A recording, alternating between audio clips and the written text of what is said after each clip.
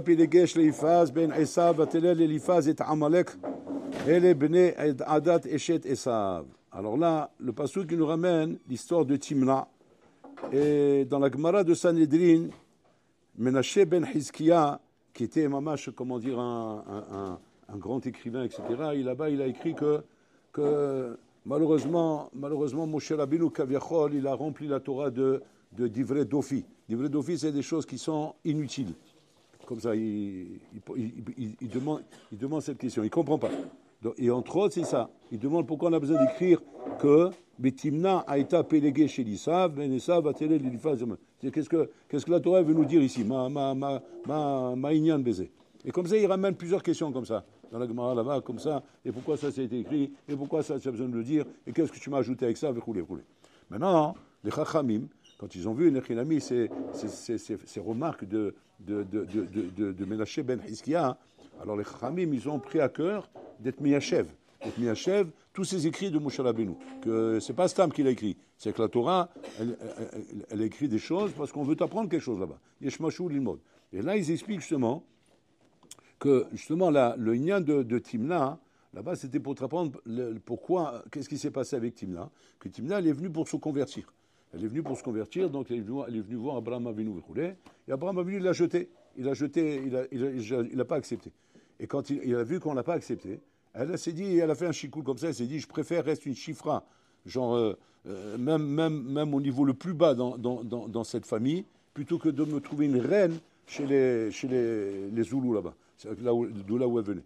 Et donc, qu'est-ce qu'elle a fait? Elle est partie voir la branche de Esav, c'est-à-dire Eliphaz, le fils de Esav, et là-bas, Eliphaz, il a pris comme Pilegesh, il a pris comme femme. Et donc, c'est comme ça qu'il est sorti à Amalek. Il est sorti à Amalek de là-bas. Maintenant, Rachid dit là-bas, pourquoi il est sorti à Amalek? C'est quoi le Mida Keneged Mida? Étant donné que tu l'as éloigné à Timna, qui voulait se convertir, et tu ne l'as pas converti. Et Rachid dit là-bas, alors que tu devais la convertir. Maintenant, bon, alors là, qu'est-ce qui s'est passé? Mida Keneged Mida. Il est sorti de là-bas, à Amalek, à Shekarcha Badeler, qui va te refroidir et qui va t'éloigner. C'est comme tu l'as refroidi à elle, alors qu'elle est venue avec une volonté et un cheshek, un tsoum de se convertir et de rentrer dans Tachat Kanfei Ashrina. Et toi, tu l'as refroidi, tu l'as rejeté. Il va sortir de ça un Malek qui va te refroidir à toi aussi. Comme ça, c'est ramené. Bon, ça va dire que c'est un chidouche que les Chachamim ils ont écrit pour comprendre le malheur qui se passe ici. Mais voilà, une question se pose. Tu crois qu'Abraham Avinu Kaviachol, qui est celui qui rapprochait toutes les âmes, tous les gens, pour les ramener au judaïsme, etc. Tu crois qu'il aurait refusé comme ça, Stam, pour rien, de refuser comme ça à Timna, à tel point qu'on va dire Mida Keneged Mida, un d'avoir casé. Et là, Abraham Avinu Beruch HaKodesh, il a vu que Timna était une mauvaise graine. C'est une mauvaise graine. Et que convertir une femme pareille, Barmenan, c'est comme si tu veux convertir un hamor. Tu ne peux pas convertir un hamor et le rendre un ben adam. C'est un hamor. Donc on ne peut pas la rentrer. Tahan Shina, il a vu Beruch HaKodesh, Shilo Ilo Matima. C'est quoi? C'est pas que Haz Shalom, il a refusé ou quoi?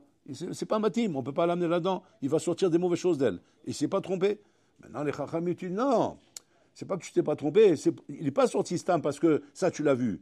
C'est-à-dire, ça, tu aurais pu l'éviter. Mais parce que tu ne l'as pas converti, voilà pourquoi c'est sorti. Alors, c'est ça le vikour. Mais Abraham Avinu, c'est pas tel qu'il a fait un chikoul. La même question, on a sur Yaakov Avinu. Yaakov Avinu, c'est marqué que lorsque Esav, il est arrivé, alors Yaakov Avinu Kaviachol, il est arrivé pour recevoir Esav. Alors, c'est marqué là-bas, il vient avec ses 11 enfants, et là, on dit, où est Dina? Dina, bon, il te dit, il l'a mis dans la boîte. Il l'a mis dans la boîte. Et pourquoi il l'a mis dans la boîte? Il a dit, il l'a mis dans la boîte parce qu'il ne voulait pas que Esav la voie. De peur que quoi? Qu'il va la demander en mari, il va dire, donne-moi en mariage à celle-là. Et là-bas, on dit là-bas, comme tu as caché ta fille à Esav, et tu lui as refusé de lui donner ta fille, ouais, alors que peut-être, elle aurait aidé, elle aurait ramené Bitchouva, elle aurait pu peut-être lui donner l'envie de se travailler, de changer, rouler. Maintenant, tu as été monnaie de lui ce hesed-là. Il va arriver maintenant à dire, non, Kaviachol Beissour. Parce que normalement, elle aurait dû avoir des bétères, elle aura Beissour. Et qu'elle va tomber entre les mains, ouais, d'un Ménouval. Comme tu croyais que Esav il était, un Ménouval, parce que c'est un Ménouval. Et il va tomber dans les mains d'un Ménouval. Et donc, Mimela, Miman Afshar, ce qui devait lui arriver, il lui arrivera. Péléplaï. Là, encore une fois, Mida Keneged Mida. C'est-à-dire que, comme si on te montre maintenant, tu ne peux pas échapper au destin. Le destin, tu ne peux pas l'échapper. Il y a un destin, il y a des choses. Et Nachilami, Dina devait passer entre les mains d'un Ménouval, tu n'as pas voulu que ce soit ton frère, ben ce sera quelqu'un d'autre. Mais en tout cas, elle passera entre les mains d'un Ménouval. Paye les plaintes. La question, elle se pose. Béashkafa, on parle, hein, Béashkafa. Est-ce qu'on peut reprocher à Yaakov de ne pas vouloir donner sa fille à un rachat? Et ça, c'est un rachat. La Torah le traite de rachat. La Torah ne dit pas, c'est un sadique, mais miskin, on le jugeait mal, non, on te dit carrément dans la Torah, c'est un rachat. C'est un rachat, il fait des averot, il fait des bêtises, il fait des ch'tuyot, ou mazik. Non, est-ce que tu vas dire à un père, pourquoi tu ne donnes pas ta fille à ça? La Gemara, elle est pleine d'enseignements de Chachami sur ça, qui est marqué là-bas, que rien que si un père, il donne sa fille à Amaretz, un père, il donne sa fille à marier à Amaretz, il dit là-bas, c'est comme s'il a jeté en pâturage au lion. Pourquoi? Parce qu'Amaretz, c'est un homme qui n'a pas de Torah. Et s'il n'a pas de Torah, il va se comporter avec des midot raot. Il y a des midot raot, ta fille, elle va souffrir. C'est-à-dire, si tu veux donner une chance à ta fille d'être heureuse dans sa vie, donne-la un ben Torah. Donne-la un ben Torah qui va savoir respecter. Il est raffiné, il a pris la Torah. Donc même s'il a des midot, tout le monde a des midot. Mais au moins la Torah va le raffiner. La Torah va le... Mais quand tu prends un Amaretz que lui, il n'a pas de Torah, il n'a que des midot. Qu'est-ce qui va l'arrêter? Qu'est-ce qui va l'arrêter demain quand il va voir sa femme ne pas être d'accord avec lui, ou bien sa femme ne pas faire ce qu'il voudrait, mais il va l'envoyer balader, il va la jeter comme un chiffon par terre. Donc, vadaï, que c'est normal qu'un papa ne veuille pas marier sa fille avec un Mahares. Là, on parle d'un Amares. Hein. Un Amares, ça ne veut pas dire forcément un homme rachat. Un Amares. Kalva Chomer, un rachat. Kalva Chomer, que tu ne vas pas donner ta fille à un rachat. Donc, si l'Ashkafa est juste, alors pourquoi on reproche à Yaakov de ne pas avoir donné sa fille à Esav? C'est quoi le Khishbon qu'on veut ici? C'est-à-dire qu'il y a des choses qui sont normales, comme Abraham, il n'a pas voulu accepter Timna, parce qu'il a vu Beruch HaKodesh qu'elle n'était pas Matima. On voit Yaakov qui voit que son frère, il connaît son frère, il a grandi avec lui, c'est son frère jumeau, il connaît son frère, il sait dans quel trou il va jeter sa fille s'il la met là-bas. Et on voit que quoi? Que la Torah vient lui reprocher, lui dire, Mida Kenegin Mida. Comme tu as refusé ta fille, soi-disant, à un Ménouval, comme tu le dis, effectivement, eh bien, ta fille est ton bras dans les mains d'un Ménouval. C'est-à-dire que quoi? C'est-à-dire comme si que le destin ne te laisse pas le choix. C'est comme ça. Ta fille, elle était destinée normalement, effectivement, à s'affronter à un Ménouval. Et comme tu n'as pas voulu que ce soit ton frère, et que peut-être elle aurait aidé, Ken, parce que de toute façon, c'est ça son mazal. Alors, elle tombera entre les mains d'un Ménouval. C'est chimichement, c'est Noraveillum. C'est Noraveillum de dire que quoi qu'il y a des choses comme ça dans la vie où tu ne peux pas échapper. Tu ne peux pas échapper au destin. Et que maintenant, dans le côté, tu as des ashkafot, tu as des règles, tu as des klalim.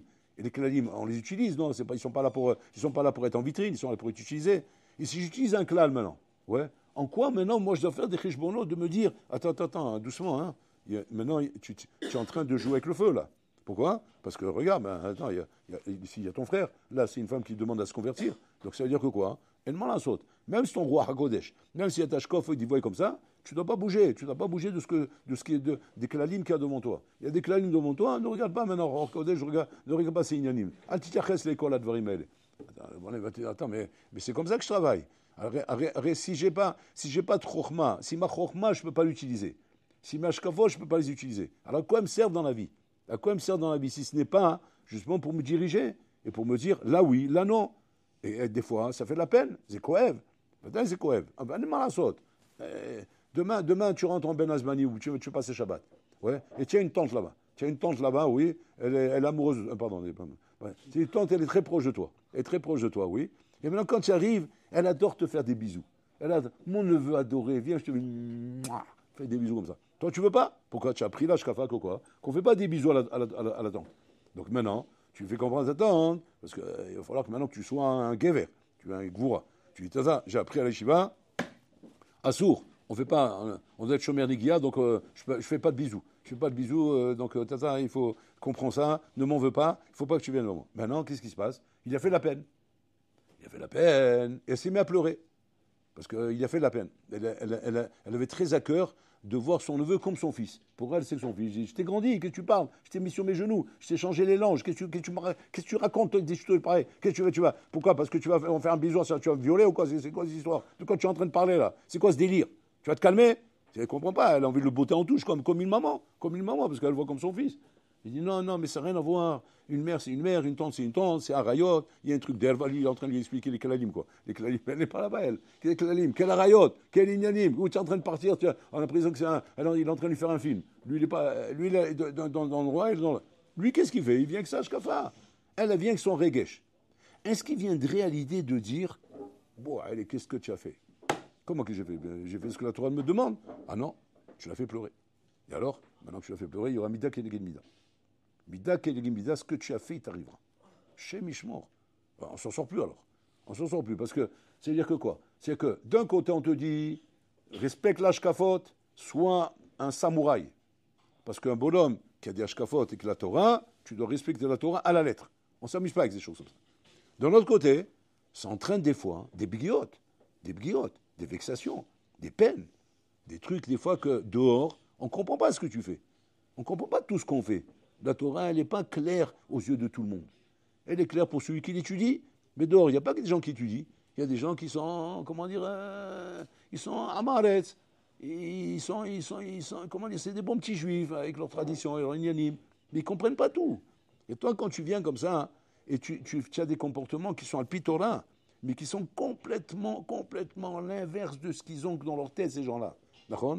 Forcément, tu vas vexer, tu vas faire de la peine, tu vas être pogéa, il y aura des bguillottes, shalom. Alors, jusqu'à maintenant, qu'est-ce qu'on disait, nous? On disait, les bguillottes, ce n'est pas ton problème. Le problème, il est pagoa qui boit un verre d'eau, qui prend un doliprane. C'est pas, alors là, c'est pas mon problème, ça alors, j'en ai rien à faire. Pourquoi? Je sais que je suis émette, je sais que je fais ce que la Torah me demande. Ah, mais l'autre côté, il va se vexer. Eh ben, qui se vexe? Marc Patiani. Je dis, non, attention, c'est pas comme ça, c'est pas chute comme tu crois. Regarde, il se vexe, regarde ce qui s'est passé là, regarde ce qu'on raconte. Il est sorti Amalek. Amalek, Barmenan, Rabotai, ce que représente Amalek. Jusqu'à aujourd'hui, à Koshbrou, dit, Milchemet la Amalek, mi dor. Jusqu'à aujourd'hui, tout le tsar qu'Am Israël, il a jusqu'à aujourd'hui, c'est à cause de Amalek. Jusqu'à aujourd'hui, on souffre de ça, Rabotai. On est en galoute à cause de Amalek. Et c'est quoi cette histoire de Amalek? Une vexation. Une femme s'est vexée. De quoi elle s'est vexée? Qu'Abraham l'a refusé. Mais il avait des bonnes raisons. Oui, il avait des bonnes raisons. Alors quoi, là, on ne s'en sort plus comme ça. On va devenir fou. Yaakov Avinu. Ah, tu as fait ça? Ta fille va être violée. Par qui? Par un Zoulou. Attends, mais c'est grave. Oui, c'est très grave. Mais c'est pas comme ça qu'il fallait que je fasse? Oui, comme ça il fallait faire. Et alors? Ben ouais, mais c'est les risques du métier. C'est-à-dire, ça brûle. C'est du feu. Tu travailles avec des braises. Ben, la braise, tu la touches, ça te brûle. Mais il fallait que je la touche, oui, il fallait que je la touche. Mais elle va me brûler. Eh ben oui, c'est comme ça. C'est quoi le malach, Rabota? On peut pas avancer là-dedans sans malach. C'est impossible. Il y a quelque chose qui ne va pas là. Il y a un truc qui nous échappe et il faut comprendre comment ça marche, Rabota. C'est l'eau echol alechet. Un homme doit trancher des fois des choses dans la vie qui sont des choses, Rabota, où elle malasot. Il n'y a rien à faire. Tu vas être pogéa dans quelqu'un. Tu vas vexer quelqu'un. Tu vas faire de la peine à quelqu'un. El malasot, Rabota. Comment ça arrive des fois qu'un barou il change de chavlouta? Il change de chavlouta pourquoi? L'homme c'est-à-dire il m'a chavlouta azot. C'est normal. C'est un chicoul normal. Il a essayé, il a tout essayé, il perd son temps. Il perd son temps avec lui. Maman, il perd son temps. C'est un train à vapeur, de tension. Alors, lui, c'est 20 000 watts, ouais, et la haute de tension. Il va devenir fou. Alors, bon, ok, il peut tenir un petit peu un jour, 2 jours, 3. Au bout d'un moment, ça y est, stop. Oh, moi, je veux galoper, moi, je suis un pur sang. Je peux rouler comme un TGV. Et là, je roule comme un train de vapeur, comme un Ahmal. Doucement. C'est dommage, je vais brûler mon année comme ça. Alors, qu'est-ce qu'on te dit? Non.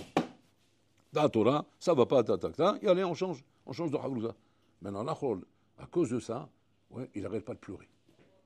Il pleure, il est déprimé.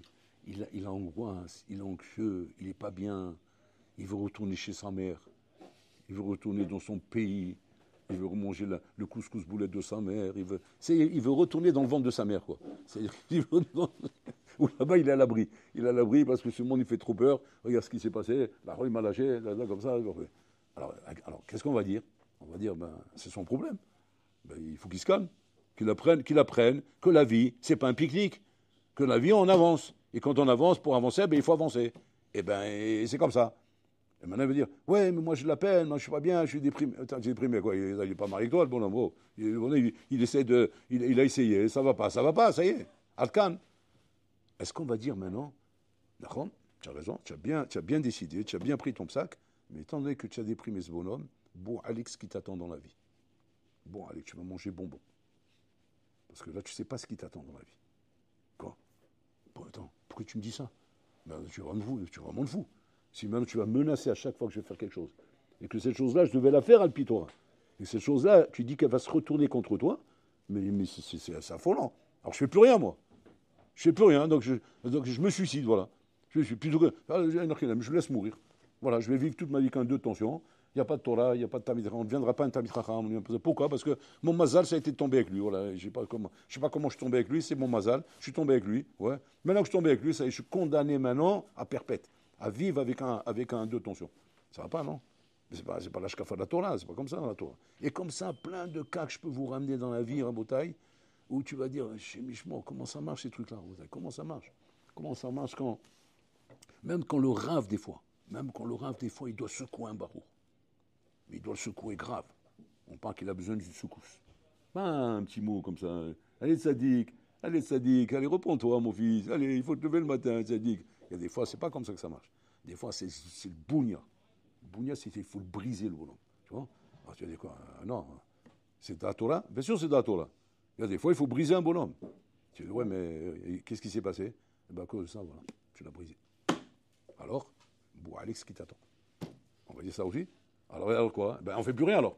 Je ne touche pas. Laisse-les faire ce qu'ils veulent. Ouais.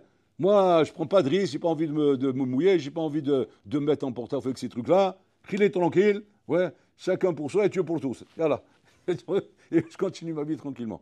C'est quoi le malach ici, Rabotai? Alors écoutez, il y a un malach Hatsoum ici. Le malach ici qui ramène Rabbeinu Yerucham Alevi. Il ramène ce malach, Rabotai. Il dit comme ça. Il faut être mafrid dans la vie entre le sechel et le regesh. Le sechel veut des choses, mais le regesh ne veut pas toujours ces choses-là. Et donc, des fois, il y a mamash, comment dire, une stira, c'est-à-dire, il y a une marloquette entre le sechel et le regesh. Le sechel dit, c'est comme ça, le regesh dit, non, c'est pas comme ça. La question est de savoir qui c'est qui a raison, à qui on donne raison, au sechel ou au regesh? Au sechel. On donne raison au sechel. C'est ça, Datora. Datora, c'est quoi? Suis ton da'at, suis ton sechel. Parce que le sechel, il ne se trompe pas. Le sechel, c'est mathématique. S'il a un doute, il demande. Il demande, on lui répond, c'est clair, c'est comme ça. Le regesh, c'est très, très zigzag, le regesh. Le regesh, c'est oui, mais il ne fallait pas le dire comme ça. Oui, mais il fallait le dire autrement. Oui, mais c'est les femmes, quoi. Tu vas te marier, tu vas voir. Tu vas plonger là-dedans, mais à fond les caisses. À fond les caisses. Tu as raison, mais c'est pas comme ça qu'il fallait le dire. Tu as raison, mais c'est masé ça. Il faut être. Moi, j'ai un Scooby-Doo pour arriver à t'en sortir là-bas. Parce que là-bas, c'est plus du sechel, c'est que du regesh. Et là, le regesh, il te rend fou. Maintenant, ok, mais si Da Torah, c'est d'écouter le sechel. Alors, c'est quoi la place du regesh? Alors, regarde bien. Rabbeinu Yerucham Alevi dit quoi? Il dit la place du regesh, c'est la tfila. Le sechel, c'est la Torah, et le regesh, c'est la tfila. La place du regesh, c'est la tfila. C'est-à-dire que ce qu'on doit régler au niveau du regesh, ça ne se traite pas au sechel, ça ne se traite pas avec la Torah. La Torah, elle ne traite que ce qui est sechel, ce qui est da Torah. Et quand il faut couper, on coupe. Il faut casser, on casse. Il faut envoyer en l'air, on envoie en l'air. Ça, c'est sechel. Mais tout ce qu'il faut régler par rapport au problème du regesh, ça se règle par la tfila. C'est quoi par la tfila? C'est-à-dire qu'on reproche ici Abraham, bon, on n'a pas le droit de parler, hein, on parle des sadikim, c'est la Torah qui nous demande de parler. Sinon, on n'a pas le droit de parler. On reproche à Abraham, on lui dit, ok, point de vue Torah, c'est bon, impeccable. On ne te reproche rien. Où est la tfila? Quelle tfila? Pourquoi tu ne pries pas? Prier quoi? Ah ben, prier pour elle. Prier pour elle. Elle veut se convertir. Elle est sincère. Elle veut avancer. Tu vois un truc qui ne va pas. Torah dit, ah pas. Mais tfila, il faut prier. Tu pries pour elle? Tu as prié pour elle? Tu as prié de la peine que tu as ressentie ou de ce regesh que tu aurais dû avoir normalement, de voir cette personne qui demande, mais qu'on ne peut pas lui donner ce qu'on veut lui donner. Mais il demande. Tu as prié pour lui? Ah non, je ne croyais pas. Moi, j'ai vu la Torah. Bon, ok. Tu n'as pas prié, alors Amalek qui va sortir de là-bas. Yaakov Avinu. Tu donnes pas ta fille à dire. Tu as raison ou pas? Bien sûr, tu as raison. C'est dans la Torah, oui, c'est Torah. Torah, Sechel, c'est Torah, il n'y a pas. Et quoi, je devais pas faire? Tu devais faire comme ça. Et il va voir, tu n'aurais pas fait ça. Si Yaakov Avinu leur donné sa fille à Dina, à Esav, c'est pas le Zoulou qui serait sorti là-bas. C'est une tribu de cannibales qui serait sortie de là-bas. Ça aurait été la fin du monde. S'il avait donné sa fille à... Alors quoi? Alors j'ai bien fait alors? Oui, tu as bien fait. Mais où est la tfila? Quoi? Ben, il y avait du regesh ici. Où est la tfila? C'est quoi la tfila? Ben, prie. Prie maintenant. Tu ne peux pas donner ta fille, mais prie pour Esav, prie pour lui, c'est Chazor Betchouva. Prie pour le tsar que tu dois avoir maintenant, que tu ne peux pas donner sa fille. Pareil, je dois changer de Travlouta. Je ne suis pas bien maintenant. J'arrive pas, deux tensions et je vais devenir fou. Ok, il faut changer de Ravouta. C'est de la Torah, oui, c'est de la Torah. Tfila, c'est quoi Tfila? Prie pour lui. Prie pour lui, chaque jour, il rahem alav, qu'Hachem il ait pitié de lui, qu'Hachem donne une Ravouta, qu'il donne ça. Et ça, c'est constamment, Rabotai. Constamment, un homme doit faire très attention que dans la vie de la Torah, il n'y a pas que du Sechel. Le Sechel, c'est de la Torah, ça c'est clair.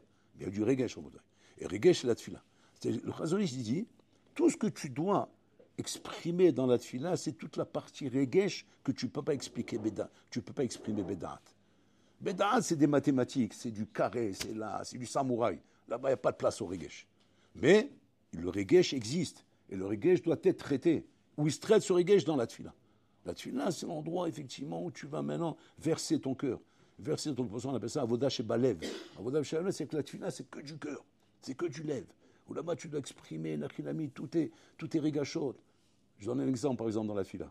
D'un côté, on est en galoute. Qui est-ce qui a entraîné la galoute? Avonotenu arabim. Harvu betamikdash, veshalchutanu les galoutes. Ça, c'est da'at, c'est du sechel, pas oui ou non. Peut-être que c'est du sechel. On mérite, oui ou non? Bien sûr qu'on mérite. Et c'est comme ça, oui, c'est comme ça. Donc le da'at, qu'est-ce qu'il dirait? Ben, c'est comme ça, c'est tout. On ne prie pas. Pourquoi on va prier? On va prier à Hachem. Arrête la galoute, Hachem. Mais cette galoute, elle est nécessaire, ça fait d'Avero, il faut bien réparer, non? Oui, mais regarde, il souffre. Mais comment il souffre? Tu veux pas qu'on le soigne? Ah ouais, tu as raison. Alors, qu'est-ce que tu veux? Il faut continuer, il faut arrêter. Dans la Torah, continue. C'est émettre. Alors maintenant, tu vas t'arrêter là. Bon, Alex, si tu arrêtes là. Parce que ça veut dire quoi? Comment tu arrêtes là? Et le Regesh? Quoi le Regesh? Mais tu viens de me dire, non, c'est dans la Torah. Oui, mais il y a le Regesh. C'est quoi le Regesh? Mais Am Israël, il souffre. Am Israël, il est bégaloute. Israël, il regarde ce qui se passe. Tu dis, ok, alors qu'est-ce qu'on fait maintenant? Tu m'as dit, dans la Torah, c'est la galoute, c'est comme ça, on a fait de Avonot. Tfila. Prie pour la Shrina qui est bégaloute. Prie pour Am Israël qui est en souffrance. Tu dis, mais c'est pas une sira avec le date, non? Là, c'est Torah, là, c'est Tfila. Ça n'a rien à voir. Donc, un homme rabotaï doit arriver à exprimer dans la Tfila tout le regesh qui ne peut pas arriver à confronter au date, qui ne peut pas amener contre le date, parce que le date, il veut comme ça. Et le regesh veut comme ça. Alors, dans la Tfila, tu vas exprimer ça. Et oi va voy, c'est un homme rabotaï néglige ça. Donc, dans la vie de tous les jours, l'exercice, c'est comme ça. Tu es amené des fois à prendre des décisions. Tu es amené des fois à trancher. Tu es amené des fois par le date Torah à faire de la peine à quelqu'un. Parce qu'une malasso, c'est comme ça. Il faut que le bonhomme, il comprenne, et si le date Torah, il veut comme ça, c'est comme ça. Mais maintenant, je suis conscient que je lui ai fait beaucoup de peine. Pas j'ai fait beaucoup de peine, je l'ai détruit. Il est déchiré, le bonhomme. Okay? Maintenant, tu dis, alors qu'est-ce que je fais? Je lui dis, excuse-moi, je regrette. Il va me prendre pour un fou. Il me dit, pourquoi tu as fait ça alors? Si tu regrettes, pourquoi tu l'as fait? Alors on va faire tchouva. Il va t'insulter au contraire, parce que tu m'as fait du mal. Le bonhomme, tu le revois même 10 fois. Il va dire, mais tu ne regardes pas ce que tu m'as fait? Non. Comment tu ne regardes pas? Mais tu m'as tué. C'est dans la Torah. Bon, allez, tu fais ça, bon, tu l'enfonces encore plus. Maintenant, qu'est-ce que tu dois faire? Tu dois prier pour lui. Et si tu pries pour lui, à ce moment-là, Bolan, il fait le izoun. Hachim, il fait le izoun. Il fait l'équilibre. Mais si jamais la tefila ne vient pas, il va voy. Donc, pareil, la tante. Elle veut t'embrasser maintenant. Asso! Tu lui as fait de la peine, elle est en train de pleurer. Maintenant, elle revient après les pleurs. Mon neveu, tu regrettes, hein? D'accord, tu regrettes? D'accord? Tu vas me faire un bisou maintenant? Non! Comment non? Quoi? Tu insistes? Tu sais, tu bouges pas. Mais tu as vu comment ta tante, elle a pleuré? Je vais tomber malade. Je vais devenir une dépression nerveuse. Je vais finir à l'hôpital. Fini à l'hôpital. Bon, j'exagère. C'est-à-dire quoi? C'est dans la Torah. Tu dis, mais attends, mais regarde. Fila. Il faut prier pour elle. Donne-lui les forces de supporter et d'accepter le da Torah. Hachem terachem alea. Là, Hachem, il fait le izoun. Là, Hachem, à ce moment, il intervient. Mais si jamais tu ne pries pas, il va voir. Hachem,